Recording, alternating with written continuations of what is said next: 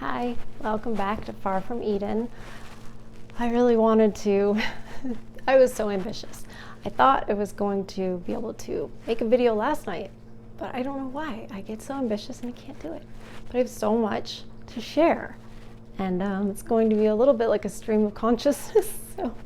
But you put up with my one from the night before last, so I was like, okay, we'll do that kind of thing again. We'll chat. So I have so much to share. I always have stories. Anyways, I had to take notes because I was like, I cannot forget. So the reason I was so tired last night and didn't make the video that I had planned to make is because I was, out being wild and partying at the Cracker Barrel. No, seriously, I went to dinner at the Cracker Barrel with the lady that I kind of part-time work for at the barn and the girl that also works for her. So I went out to the Cracker Barrel with a 25-year-old and a 16 or 17-year-old. So that's interesting. And I also thought it's a drive home. It's a half an hour drive home, and I was just like, there we were, excited to be at the Cracker Barrel, excited. And I mean, horse girls can eat. You should see the amount of food that those girls, it was like mac and cheese, and it was like the meal and then a side and then an extra. It was like, it's not ladylike. That is just something about equestrians. I have noticed it's like we put a football player, what he eats, to shame. I didn't do that. I can't pack it away quite the way I used to, well, especially not in public. But anyways, I was excited because fried okra. And I started thinking about the Cheesecake Factory chick. Remember her? She was too good for the Cheesecake Factory, and we were all like, girl, you're not classy enough to go to the Kmart cafe. So I was thinking about, when I was growing up, we went to fancy restaurants. Yeah, we went, it was rabbit or duck or lamb or this or that or escargot, caviar, all of those things. I'm trying to think what the one for the squid is. Calamari, there you go. Anyway, so, I was exposed to all those things, and I was one of those things when you're 8 years old and they're like, you need to eat the rabbit, it's rude not to, and you're 8 years old and you're like, it's a bunny. Anyway, and I was thinking to myself, one of the things I learned growing up in going to those prestigious places and being around all those pretentious people is that for me, it wasn't real. I knew that everyone was faking it. Everyone's eating food they don't like. Everyone's behaving in a way. I'm all for manners. I love manners. But then there's this level of fakery and this, we're all very polished and we're fancy. And it's like, I'm sorry, I would rather have Taco Bell in bed than go to any fancy restaurant. Please don't. It's not worth it. It's too expensive. It's uncomfortable. And it's just, you don't feel good after it. The food's too rich. It's like everyone's just putting on airs and pretending. And these women that are like, I want to fine dining and travel. It's like, you only want that because you think you're supposed to want that because you've seen it in movies or whatever. And it's not what you think it is. But whatever. So I was like, I'm glad that we were excited about Cracker Barrel. And they were out of okra, so I was sad about that. But I was still like, ooh, I'm so excited about okra. And I was like, you're not going to get fried okra at a fancy restaurant.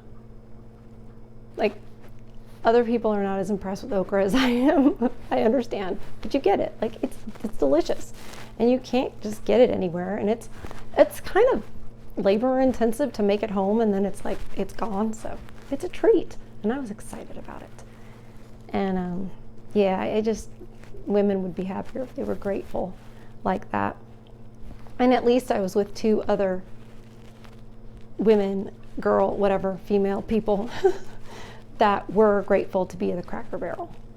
And no one was dressed like a 304, and and we were there to eat and talk about horses and stuff like that.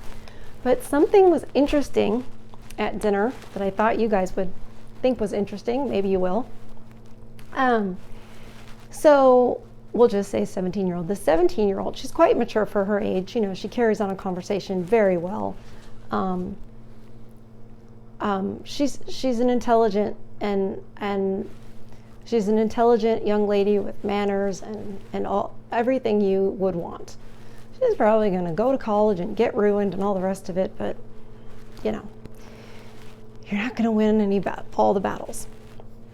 Anyway, she was talking about a paper that she had to write, and it was in U.S. history. And she said that she asked her dad to help her with the paper because he is the U.S. history, he's the U.S. history buff, expert, etc. That is his thing. I don't know if he has a degree in it or whatever, but he's a U.S. history buff. And then her mom, they are together, they are married.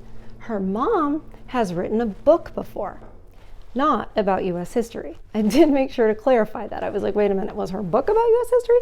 No. What was her book about? Some form of self-help something. Shock. Are we shocked? No. Anyway, so the girl asked the dad to help her with her paper.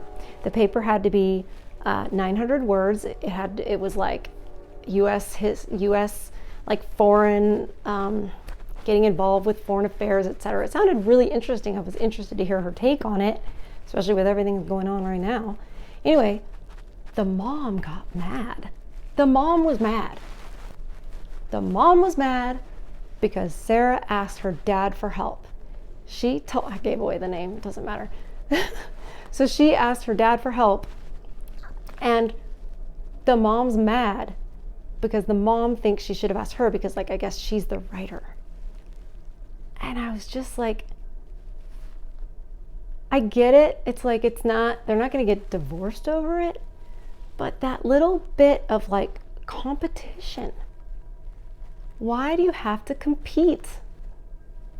I said to the girl, I was like, well, couldn't you have just why was she like that? If she's such a good, if writing is her thing, then why didn't she say, well, I'll give it a look, at the end and just see if there's, I don't know. But it's she got so hurt. She couldn't let the dad be better at something.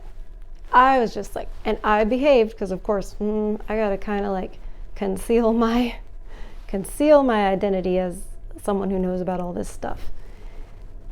I was just wow. But the cool thing, not cool, whatever. One of the takeaways from that was, of course, the husband and the wife are competing. Well, the woman's competing. Of course, she's how dare you pick him? Was she gonna accuse her daughter of picking him because he's a man? Maybe her daughter's holding up the patriarchy or whatever. I'm just wondering, I have no idea. But the mom doing that and behaving in that way, this girl was aware of it. She was clearly aware that her mom was being ridiculous, petty, that she clearly wasn't the one to ask about the paper. You could see it. And it reminded me of something that I've said from time to time on this channel in various videos, but I'm going to say it again. What I've seen with the kids of parents, whether or not they get divorced or stay together, if and when the mother, if and when she alienates the kids from the dad in whatever way, even if it's little sort of things, little digs, little emasculating comments, or things you hear on a lot of sitcoms from the early 2000s and 2010s, criticizing Everybody Loves Raymond. It's always oh, dad's such a goof, he doesn't know. And little things like that kind of seep into the kid's mind. And in the beginning, and obviously to the extreme, like convincing the kid that the dad is abusive to them. I'm sorry, I'm thinking about a specific case that I know personally, and he's absolutely blindsided. Of course, I saw this coming, but you can't tell everybody like what's going to happen because they just can't see it. But anyway, so from the smaller end of emasculating the husband to, they're getting divorced and she's accusing him of abuse, and she's convincing the kids that whatever he's doing is abusive. Maybe he yells and therefore, he puts them in a timeout. Oh, that's abusive. So they'll do that, and it'll work for a time. But the thing with these women that they don't know, and they're alienating their children against the dad, even if they believe it and he's a monster, whatever it is. These kids start to see it. They start to see the woman for who she is, especially the girls. It's easier for the mother to pull one over on her son and make him feel responsible for her feelings and sort of live for her love, acceptance, validation. I am sure that a lot of you men, if you think back, you will think to yourself, I don't know if my mother loved me unconditionally. I don't know that I always had her, love and support. It doesn't mean that she thought everything you did was glorious, but a mother, especially for the son, needs to have that kind of, unconditional love, approval, validation, affection, all of those things, especially when they're 0 to 5. And the reason is because there's ideally a dad that's going to show him what life is and how life is going to kick his butt. And then he's always got mom as okay, I'm okay. When dad's get up, and teaching him the hard stuff. It's a good balance. And we don't have anything like that now. But anyway, I digress. So the boy can more easily get blinded and never see his mother for who she is. But the girls start to, especially as teenagers after puberty, maybe 13, 14, 15, 16, they're going to start arguing with this woman. This woman is going to start to be unreasonable and illogical and frankly unjust with them. If they have that to see with their mother, and then they see their dad is steady, not emotional, has rules, but doesn't seem to, punish based on whether they're having a mood or not, these kids start to see it. Obviously not every single case, but I've actually seen it where the kids have seen it, and they're all 3 under 10 years old. And the youngest maybe doesn't know yet, but the 2 oldest, they see it now. They see they see it. And it's been, a year since divorce. And they see who did what, who wrecked the family and who's fair and who's not, and who's unstable and who's not. So they do see it. And so I know you feel like you're losing your kids forever. And it's awful what is happening. But I've seen the kids. I've seen a daughter when she was 17 look at me, and I'd known her off and on since she was 3, 4, 5 years old, something like that. And she's, rehashing what's going on with her divorced parents, and she's really upset with her mother, and I just let her talk. And she's coming to the conclusion that her mother is, if not a narcissist, displays a lot of narcissistic tendencies, and there are some issues that clearly her mom isn't the innocent one, the perfect one, and dad is evil, right? But back when she was younger and her parents divorced, her mother took out a TPO or whatever against the dad, saying that he was abusive, and literally admitted to the dad, I don't know how much later, that she only did that to get custody. So that's the mother we're talking about. And then cut to 17 years later, and this girl's crying. She doesn't know what's going on. She's not doing good living with her mom. They fight all the time, but her dad has rules, and that doesn't go well. And she's realizing, oh, my mom, it's not what I thought, right? They start to see them for who they are. So that reminded me of that. And I'm not going to sit there at the Cracker Barrel and be like, let me tell you something, Miss 25-year-old and Miss 17-year-old. But in my head, I was like, I'm going to tell them about it. I'm going to run it by them and let them know that these kids see it. And I thought to myself, how did the dad would never, ever know that his daughter was at Cracker Barrel basically relaying to, her boss and her colleague / instructor that her mom was unreasonable and ridiculous. The dad will never know that. How could he? But it's true. Oh, what else did I see today? Well, I saw a couple of times and I was like, they need to stop it. That Cameron Diaz, and she probably didn't say it at all. This is probably just like,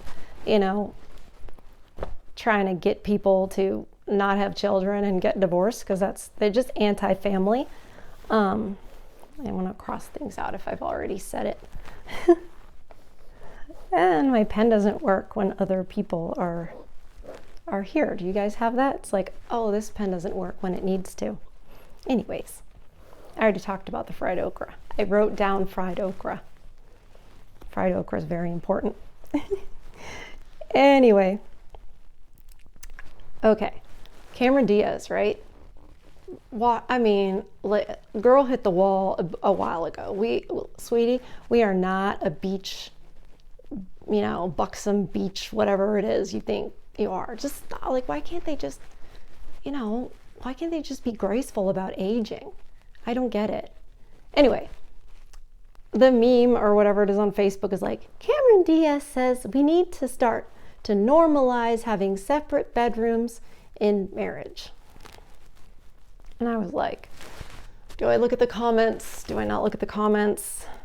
It's going to make me crazy if I look at the comments. I'm going to get mad and want to argue with these people. But I want to know what they're saying. So I was like, I'm not going to argue.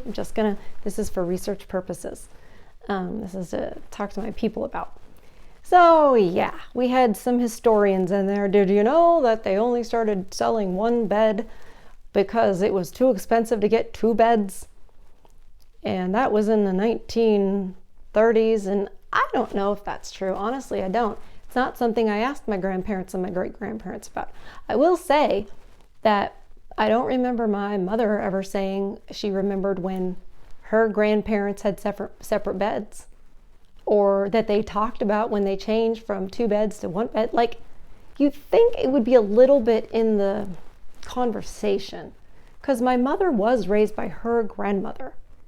So these are people that were born like at the beginning of the 20th century, probably. So well before the Depression. So there would have been somebody would have said something, I would have thought. They talked about other things in history and how things used to be, and the fact that, oh, I can't give that away. Oh, dang it, I almost gave my location. But famous people that used to be in town, when, like, stuff that used to happen in the way that church, when you're in a small town that's like old, and see, I'm getting excited about it. It's like old, it's a small town, and people are always like, oh, that used to be the such and such, and that was old so-and-so's farm, and, they have all those stories, and you hear it. And they talk about like random stuff about how it used to be, about when there weren't washers and dryers and you'd use a washboard, when there wasn't indoor plumbing out at the farm. And so you'd get up, my mom would say when they'd stay at the farm in the summertime, and they'd have their chamber pot, a chamber pot, like something you're going to go pee in, at night, and then empty out the next morning because they didn't have indoor plumbing. And so if you had to do the other, or it was daytime or whatever, you were going out to the outhouse. And she talked about the spiders that were in there and, you know, what it was like if you had to go out there at night and the sounds you would hear. They have stories of like different animals that may or may not exist, but around here definitely exists. They will tell you. You know, you have your local like folklore. There's still, you know, spoken history in some places. And my whole point is that it's weird that nobody talked about that. So I find that hard to believe that there were separate marital beds. And I'm just saying, like, they have Cameron Diaz saying it. So who's listening to Cameron Diaz? Probably women about my age, people born in like the late 70s and early 80s that are in about as much denial as she is and as Madonna is and all those, you know, aging celebrities that are trying to still be sexy and relevant. It's not working. But yeah, separate bedrooms. And obviously that's aimed at women. It's aimed at women. And if you have a separate bedroom, the bonding is just going to go way down. That's going to bust up marriages. It's going to bust up marriages, going to break up families. I don't think it's good for the kids to see. It's too separate. But I saw it and I was like, I'm just going to start, when I see stuff during the day and I think about it and how it applies and who it's targeted at and how I think it's affecting people, because I do. I think, you know, the explosion of all these divorces and the way that women are behaving and men are walking away, it's like there are reasons, and these are some of them. If he's not going to be able to share his bed with the woman he's supposed to be able to be physically intimate with for the rest of his life, she's going to have her own space, whatever. Again, you're just taking more and more away from whatever's in it for him. And if you're like, well, you know what, when I was married, I would have preferred her living in another bedroom.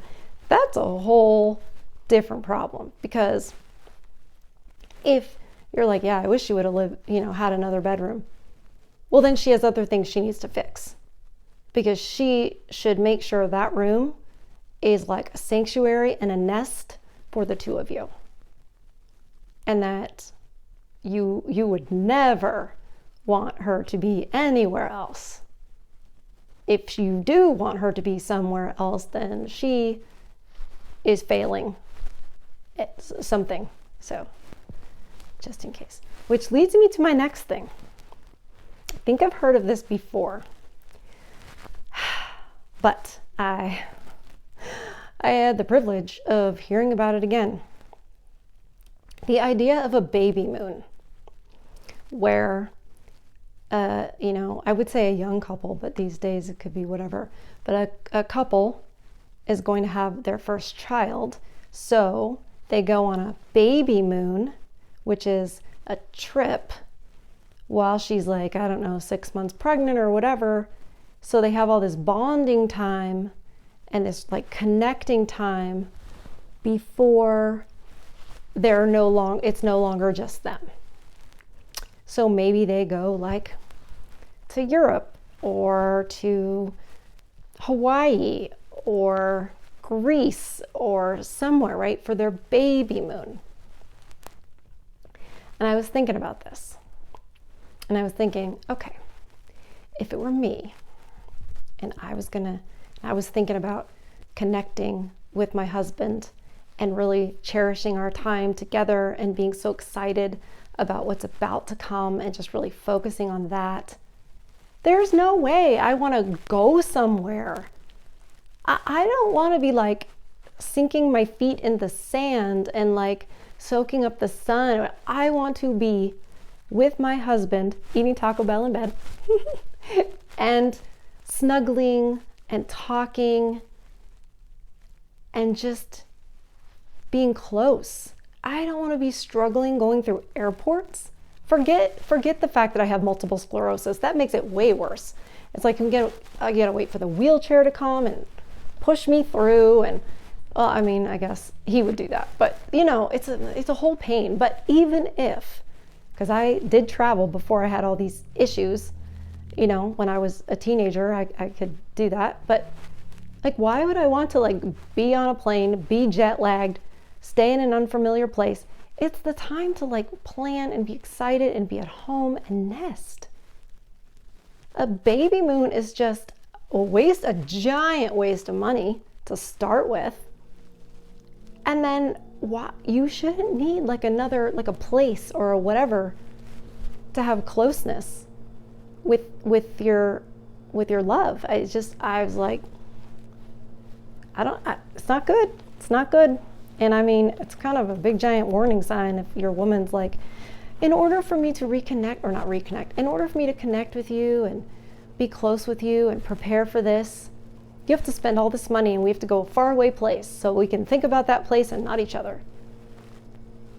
It would be like, and you can't say no, right? Because then it's like, you don't love me. You don't think this is important, or then you think if you say no and then things aren't going well, she's going to be like, well, if we'd been on the baby moon, then things would be different. Like, you can't. You're damned if you do and you're damned if you don't. So, good Lord, that was bad. So the other thing I wanted to tell you guys about, and I didn't mean for this to be a huge thing. I was like, I'm going to mention it.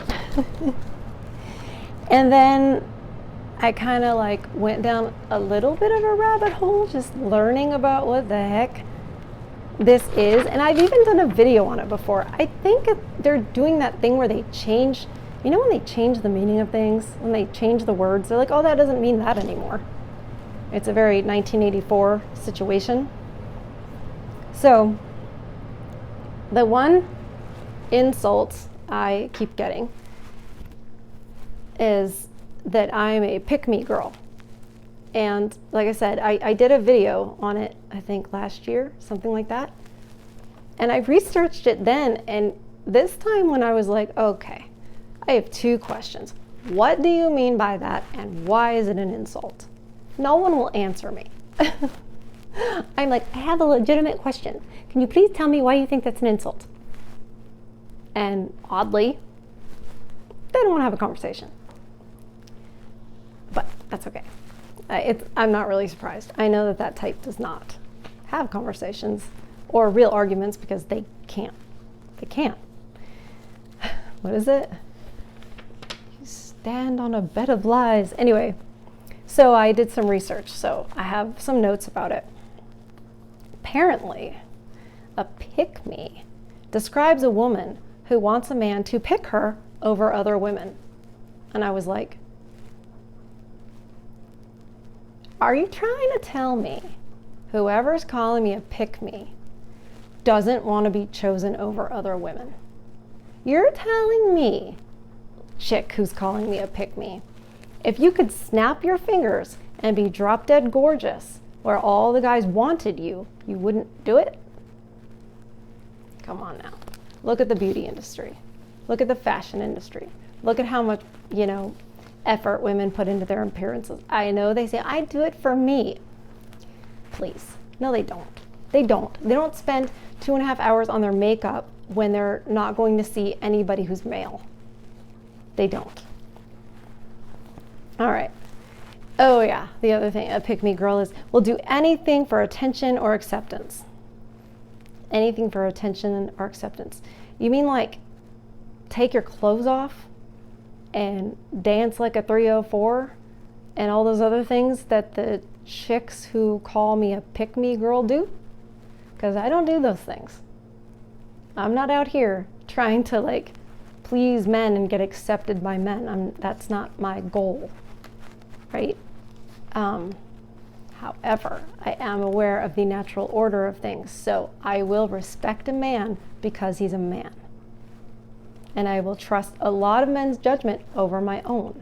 That has nothing to do with, trying to get their acceptance or whatever. That's a recognition of God's natural order. And just, things are obvious, but if you're in denial and you need to believe that men are trash or whatever, then that's what they're going to do. So what else do we have? Oh yeah, apparently I'm pushing down other women. I'd like to know how I'm doing that. I'm not the one telling them what they can and can't do. They're the ones that tell me what I shouldn't think and what I shouldn't say and what I shouldn't believe. I've never said anything of the sort. I have said that single motherhood is not good for kids, and that is backed up by statistics.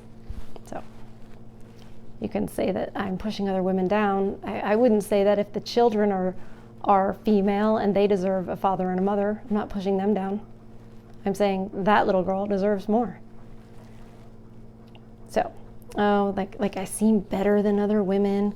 Oh, I've had that one before. Like, who does she think she is? I don't think anything. I'm just being normal. But they all have they're all defensive and they got a chip on their shoulder. And honestly, they're coming off jealous. Like, why do you care? And if women are so strong and independent and brave and stunning, or stunning and brave and all this stuff, then how am I, this woman who's so confused that she bows down to men and can't think for herself, how am I pushing you down because I supposedly want to be picked by men? They don't see that as not logical. It's not logical. I should be no threat to you at all if I can't even think for myself, if I just follow men. How am I a threat at all? If you women are right calling me that, then I should just be an embarrassment to myself. I should just be like bringing myself down, not you. How could I possibly bring you down? You're a boss babe, right? You have your master's degree, or maybe you have a PhD. That was for Kevin Samuels fans. But what does it matter? And I'll tell you, it'll set them off just to see long hair. It'll set them off to see long hair. And I'll tell you why. Because I would like to see a woman that has long hair that is for anybody. It's not for herself. Long hair is difficult, heavy, a lot more work. I say work, you guys know what work is. Long hair is not work compared to roofing. And then when it's that dark and you bleach it blonde and it's this long, it's a lot. And another woman, when she looks at me, she knows that. And instantly she knows, I'm not doing this for me. I'm doing this for men or for a man. So it'll set a certain type of woman off immediately. Just forget about it. And then nowadays too, if you're thin, they also look at you like, she needs to eat a burger. Do you know how many times I've been told by a female, yeah, girl, you need a sandwich. Somebody who's supposed to be my friend, or at least like an acquaintance or whatever. You need a burger. You need to eat a sandwich. You need look at you. You're skin and bones. They do. They say that. And they're like, don't body shame me when they're, gigantic. But they're going to, immediately not like me or tell me to eat a burger because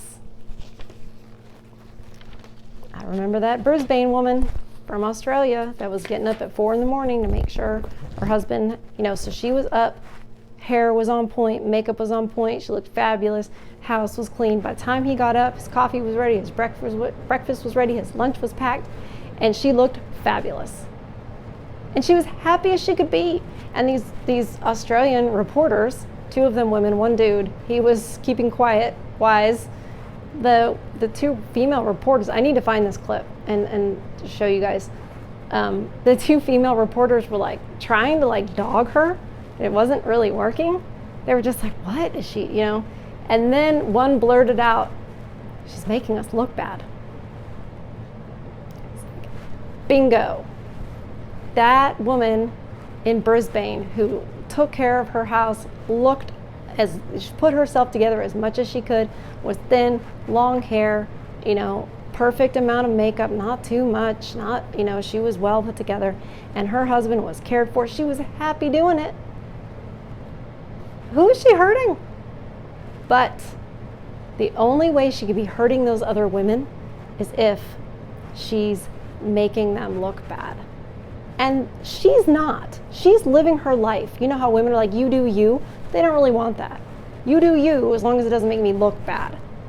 And I'm thinking this whole pick me thing is like, well, gosh, if I respect men and I notice that, stuff is not fair for you guys out there and there's some BS crap you're dealing with, and they see that and they automatically think that I'm doing it to get something, because that's what they do, or that I'm somehow bringing them down and they don't like it if I'm saying something or doing something that men like. I think because nothing they do or say is pleasing to men unless it's recreational time and it's a pump and dump situation with a certain type of guy. And I've literally been thinking about this for a couple of days because this pick me thing is bizarre. I'm like, they think they're insulting me. And I'm like, you're not insulting me. You don't realize it. You're not insulting me. You're telling on yourself. Like, you're literally telling on yourself. But you can't even point it out because they can't see it. I just make sure there wasn't anything else that was, to me, very profound that I wanted to share about it. Oh yeah, this verbiage was interesting. This is a quote. Why should we allow, that's the word, allow/accept the pick-me girls? Oh, that pick-me girls can put down other women just to make themselves look better. Is that what we're doing here? No. Those women are putting themselves down because they're like, oh, you're holding me back because you are not, forcing men to accept an ambitious and outspoken whatever woman. Why do you let them pick what they want to pick? And get over it. Why do you care so much who they pick? I mean, promise I won't harp on this all night. Oh yeah, I'm feeding misogyny. Oh yeah, and they feel like you're betraying the sisterhood. That was my own note, because you can't betray the sisterhood. Oh, the 5 things, right? I think I should put this I can make it in a clip. That men would be the center of a pick-me girl's entire existence. And they get mad because, like, I wouldn't make demands on my man the way they would make demands on theirs. Because, that's not what love does. Love makes no demands. Isn't that from some book? We put in too much effort and labor to cater to a man that we're dating. I have a summary of all these after I go through them real quick. You change yourself, your goals, your beliefs, your interests, your style, your hobbies, just to please him. Okay, so about doing things to please him and changing your hobbies and those sorts of things, and putting too much effort and everything, that's called being a helpmeet. That's called being a helpmeet. And I did notice that the person who wrote this article, I don't know her religion, but I did notice her name, and by her name, it would be a stretch if she were Christian. I could be totally wrong. However, if you're against all these things, then you don't understand what a helpmeet is, and you don't understand submitting to your man, and you don't understand joining his agenda, and that's fine. You don't have to. You can get married and live like roommates. If that's what he wants to do, he's fine with that, and you're fine with that. Go live like roommates. Have your separate bedrooms. Have your separate finances.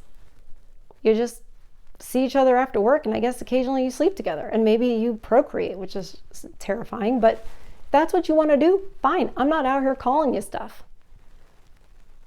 But this is what you do as a woman when you love a man and you become one flesh with him. You join his agenda. That's how you have a relationship where you're not competing all the time. And he loves you so much. You don't disappear into him where you don't know who you are and etc. You don't. I know how that can happen in a dysfunctional type of relationship, but when it's right, you don't. He would never, you couldn't. He loves how you are, but you are going to join what he does and begin to compliment him as he compliments you. I'm still an equestrian, Nobody's ever taking that away. No one's ever trying to change that. But anyway, these women are just, it's sour grapes at the end of the day. It is. They're jealous, and women who care what men think in any way, shape, or form are making them look bad because they live their lives saying, I don't care what men think. And I'm like, all right, fair enough. You don't have to. You don't have to. Anyway, that's, I'm going to share that about the pick-me girl accusations. Anyway, so we had our chat tonight, random things that I thought about. I'm just kind of running through my brain, like, is there anything else that I was like, ooh, I want to talk to them about? But I don't think so. And I'm hoping that I'll be able to have a chat with you guys tomorrow night too. And we'll just kind of see. I have a doctor's appointment tomorrow, so we'll see what I see out on the mean streets when I go out where all the people are in their natural habitat. We'll see. It's always exciting. I do get excited because I'm like, now it's easier because I can think, I'm going to tell them. I'm going to tell them about this. Even if it doesn't seem like a big deal. I just feel like when you're only, I feel like men experience this because you guys are seeing society fall. That's why you were thinking about the Roman Empire and the fall of the Roman Empire. You're watching society crumble in front of your very eyes, and you know it can't turn back. And so as you go through your day, you must also feel like the emperor is wearing no clothes. He's naked, and everyone's like, oh, what a fine robe. And you're like, oh my God, why doesn't anybody else see this? And I feel that way about this kind of stuff and the way men are treated. And I just kind of see these little things throughout the day, like when the lady was like, oh, this horse doesn't like men. There's just little things throughout the day, and I'm like, nobody sees it. So I get to at least think about it and then kind of bring it to you guys and chat about it. So anyway, I hope you're doing okay. We're getting close to Christmas time, and I know that's very difficult for a lot of us. Some of you are like, I don't even think about Christmas anymore, and I get it. But we're here, and we're going to power through one day at a time and figure it all out. And just remember what I said about the kids and that they're paying attention and that they will eventually see what is up. But we also need to talk about, sometimes you just gotta, change your, I'm trying to say it in a way, change who you are and move to the Philippines. I mean, that's a conversation we have to have too. Because sometimes that's the answer. And it's a better option than some of the other option that you guys have thought about, in the middle of the night when you're by yourself. So we'll talk about, why do I always end it on such a melancholy and dark note? I don't want to do that, but it's because I think about you guys and I'm like, oh, I almost don't want to let you go because I'm like, nighttime is hard when you have all this weighing on you. If you're alone, it's hard. So I know it's hard. So I'll stop blabbing forever and I'll let you go, and I will chat with you guys hopefully tomorrow night. That's the plan. And there's the train. And I will chat with you guys tomorrow. Okay, take care. Bye.